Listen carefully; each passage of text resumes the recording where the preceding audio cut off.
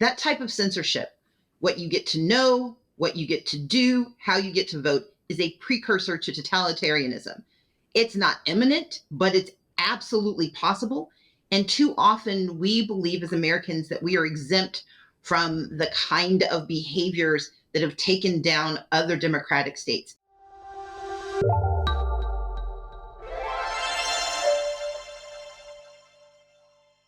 Welcome to The Stakes. I'm Brad Rourke with the Charles F. Kettering Foundation. We're a nonprofit, nonpartisan operating foundation that focuses on advancing and defending inclusive democracy. Today, I am talking to Stacey Abrams, former Georgia Assembly member and minority leader, the first ever woman to lead either party. She went on famously to be the first Black woman to be gubernatorial candidate of a major party in her state, and is now Ronald W. Walters Endowed Chair for Race and Black Politics at Howard University. She is host of the podcast Assembly Required with Stacey Abrams, which is part of Crooked Media, and her latest book is called Stacey Speaks Up, about what young people can do to create change, and I highly recommend it. Stacey, thank you for being here today. Thanks for having me. Today we're talking about voting. We're at a critical juncture in America as early voters begin going to the polls in some states, but as the majority are not yet thinking about the act of voting, probably. They may not be thinking about politics, so the saying goes, but politics is likely thinking about them. Where are the greatest threats right now to people being able to cast their vote? So voter suppression, first of all, thank you so much for having me, Brad. I want people to understand the architecture of voter suppression because we see headlines and we focus in on this one glaring example, which gives sort of permission to the rest of the architecture to keep doing what they're doing. Voter suppression has three parts. One, can you register and stay on the rolls? Two, can you cast your ballot? And three, can that ballot get counted? Now, Georgia is famous for having decided to invest heavily in all three components of voter suppression, but it's not alone. And so across the country, different states are facing different versions of this. So we know that in Texas, there's an issue with staying on the rolls. There is a massive voter purge operation underway. We know that in Arizona, there is an issue with who gets to cast a ballot. And in Georgia, because we like to be on the cutting edge, we are watching this sort of passion play of whose ballots get counted because the state election board is making new rules, apparently by the week, to limit and to sow chaos in the system. And so what we need to focus on, of course, are the battleground states, not because the other states don't matter, but because the decision about who will solve the problem next will be determined by these states. So we're talking Georgia, North Carolina, Arizona, Nevada, and then the Midwest belt, Pennsylvania, Michigan, and Wisconsin. I say all of that to say this.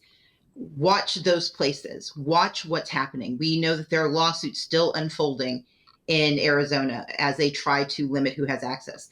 There are lawsuits playing out in Georgia as the state election board, according to the Republican Attorney General, and I point out the party because it's important, has said the actions being taken by the majority Republican state election board are unlawful.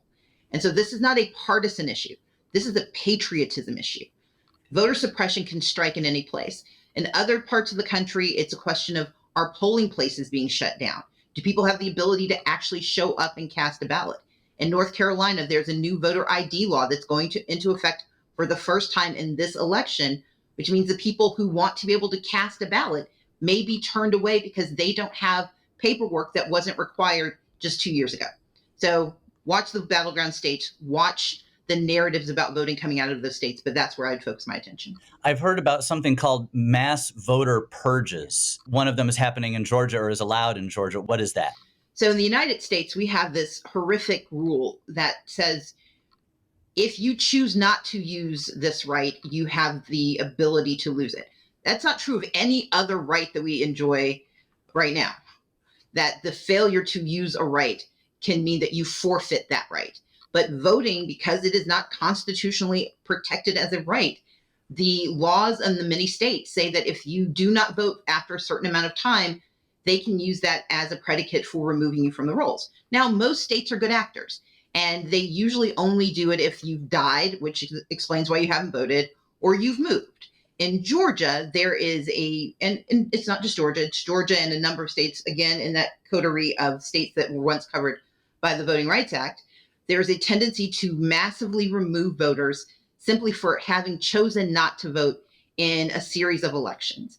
And instead of doing it one by one, they tend to aggregate, and then suddenly you're losing 300,000, 400,000.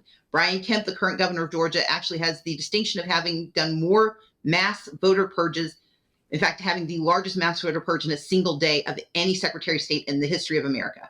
But what it means is that you get taken off of the rolls, and you often don't find out that you have been removed until you show up to vote, which means, because these are also states that do not have automatic registration and same day registration, it's too late. You can't get back on the rolls, and you've now missed your chance to be heard. So if I show up and I haven't voted in the last couple of elections, maybe because I was traveling or for whatever reason, I'm out of luck? You are out of luck for that election. Now, technically, they're supposed to notify you. That notification is not perfect. Sometimes it's erroneous. More importantly, what's happened is a new dimension to it, which is mass voter challenges. And again, Georgia's one of the pioneers where individuals can take lists of voters and send a letter to the county board of election and say, I don't think these people should be allowed to vote. Your rationale is basically irrelevant. It's up to the voter to prove they have the right if it gets through the process. It used to be that counties which knew these mass voter challenges were erroneous and malicious could just dismiss them out of hand. And unfortunately, in SB 202, Brian Kemp and the Republican Party, and again, I'm using partisanship to point out what's happening, not to cast a decision-making vibe towards either side. But in this case, what they did was they actually agreed to make it easier and to take away the right of the county to say, I think you're a bad actor. I think you're trying to make mischief. We're not going to do this. Now these county officials who are overworked, under-resourced from a swing, from counties that run the gamut in terms of their partisanship, they all have to now process every one of these claims, which is taking up time and resources and sowing doubt about the validity of the process. And any one person can just do a whole bunch? Yep. And we've seen that, I think so far in Georgia, more than 75,000 applications have come in during the cycle. That's deeply, deeply dangerous. That type of censorship, what you get to know, what you get to do, how you get to vote, is a precursor to totalitarianism. It's not imminent, but it's absolutely possible. And too often we believe as Americans that we are exempt from the kind of behaviors that have taken down other democratic states. And we're not exempt. We're not immune. And what we're watching right now is this conflation of the worst practices of authoritarian governments coming into being in the United States. We are still on the marginal end of it where we have time to respond and to stop it, but it's going to move faster and faster, especially after this election if we don't pay attention. You also mentioned other areas where voter suppression takes place. One is whether I can actually do the act of voting and how hard or difficult that is. Could we talk about that a little bit? Sure. So examples of the cannot cast a ballot. You've got, again, a place like Georgia, where we saw the closure of, in 2018, 214 polling places. Again, that might sound de minimis, but imagine that you only have 2 polling stations in your county, because Georgia has 159 counties, basically one per person. So we have 159 counties. And one of those polling stations is at the top of a hill. And there is no public transportation. And then the other one is more easily accessible. If the easily accessible one gets shut down and there's no public transportation, if you don't own a car, if you just get off of work with less than an hour to make it to the polls, if you are disabled, you are now unable to cast your ballot because you physically cannot get there. And you didn't know that you were going to have to make different decisions. And often in these communities, you don't live anywhere near where you work, which means you didn't have control. This happens across the country. We're watching Texas and other states shut down polling places and then limit alternatives to voting. So on one hand, they're saying you can't come here. And on the other hand, they're saying you can't use another methodology. Well, the result is that you are prohibited from voting. Shifting gears a bit, something called Project 2025 has been in the news a lot lately. I know you know about it. It's a comprehensive plan spearheaded by the Heritage Foundation to lay out an agenda for a conservative and nationalistic America. I'm sure you've been following this. What are you most concerned about when it comes to this? Its existence is problematic, and it comes at a moment where it's the most likely to actually take place. The intentions have always been clear. There's always been an intention to restore America to a set point before diversity worked, before we had a truly inclusive society that respected and reflected the needs and values of the majority of Americans. The problem is we now have a Supreme Court that has abdicated almost any responsibility for citizen protection.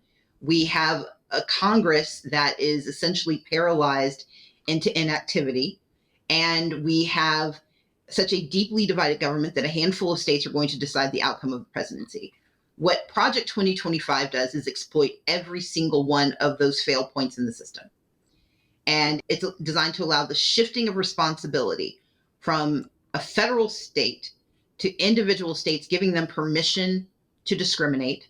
It's designed to dismantle the most effective inclusionary components of our federal government, including the Department of Education.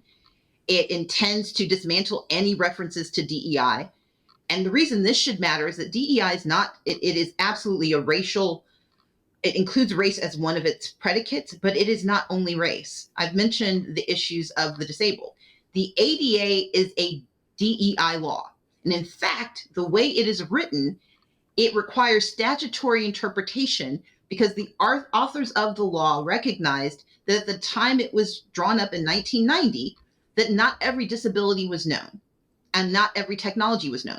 Well, whenever you hear that Project 2025 wants to eliminate DEI, they mean eliminate laws that require conformance to a federal standard of behavior that protects certain classes of people, including the disabled, including veterans.